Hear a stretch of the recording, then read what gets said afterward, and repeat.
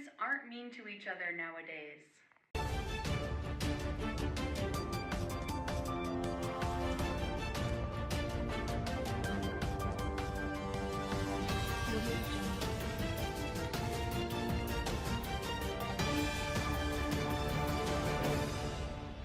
Good morning, UMD. As of May 2nd, 2025, Dokugan Gunayadin was released from ICE custody after being detained by immigration authorities in late March. President Trump and his team are ramping up efforts to deploy the National Guard to Democratic-led cities and to expand ICE enforcement operations.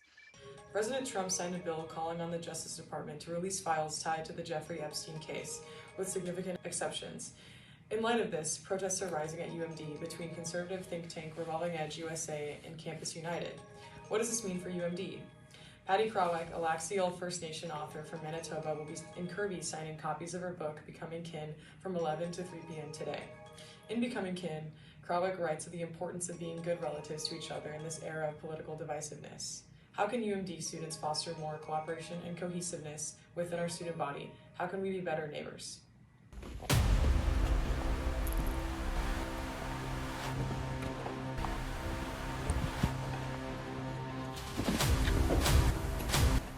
You should really watch where you're going. You people are so sensitive. You people? What do you mean by that? You blue-haired liberal snowflakes are all the same. Good evening, folks. Today's debate will feature a student from conservative political organization Revolving Edge USA and Snowflake from Campus United, a social democratic group. Our first question is for Snowflake. Does UMD have a responsibility to foster political participation across the spectrum? Revolving Edge has no place on this campus. They only foster division and hate. UMD is obligated to abide by the rules of diversity, equity, and inclusion. Revolving Edge, what is your rebuttal? I have a right to free speech on this campus. It's my First Amendment, according to the Constitution. To solve issues of moral disagreements among students, teachings from the American Indian Studies Department provide useful lessons in adapting ethical dilemmas within the student body. In a popular Ojibwe Windyguy story, a Windyguy terrorizes a family looking for food. Windyguys are fearsome creatures, unrelenting cannibals that come out in winter once and are afraid of nothing. I was expecting to meet people like you here. What made you so hateful?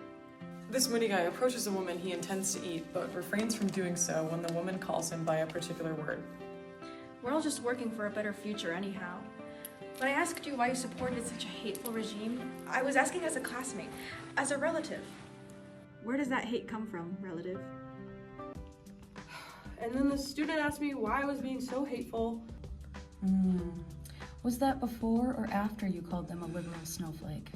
It's not my fault they get offended over everything. Whose voice is raised now? I'll see you next week. Stay out of trouble. Thanks, Chris. The woman manages to temper the Windyguy's cannibalistic urges by addressing him as father.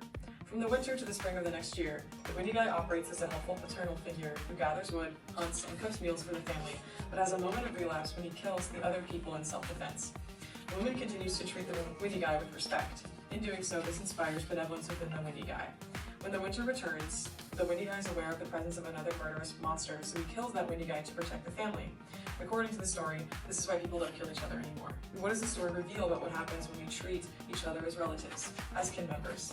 Visiting author Patty Krawec champions this concept. According to her book, Becoming Kin, kinship is not a matter of being brother or sister to someone. It carries specific responsibilities depending on the kind of relationship we agree upon. To become kin is to embrace this responsibility. To embrace our relationship as relatives is to meet conflict and disagreements from a position of understanding and respect. From this river to the sea! From the river to the sea! Palestine will be free! Palestine will be free! ICE does not belong on our campus. We must divest from Israel. We must protect our non-citizen classmates. They don't even have the proper documentation to live here! Honestly, let's think about this critically. I mean, considering the fact that we are standing on land ceded from the Ojibwe in 1854, preceding the Sandy Lake tragedy. I suppose that's fair. I can't blame someone from doing the best they can. Their citizenship status should never justify cruel treatment from the regime, nor deportation. I really appreciate your understanding of this cause. We should all work together to ensure a more cooperative future for the UMD students who need our support. If you come from a place of bigotry, you have no right to be heard. Who are we without each other? Thanks.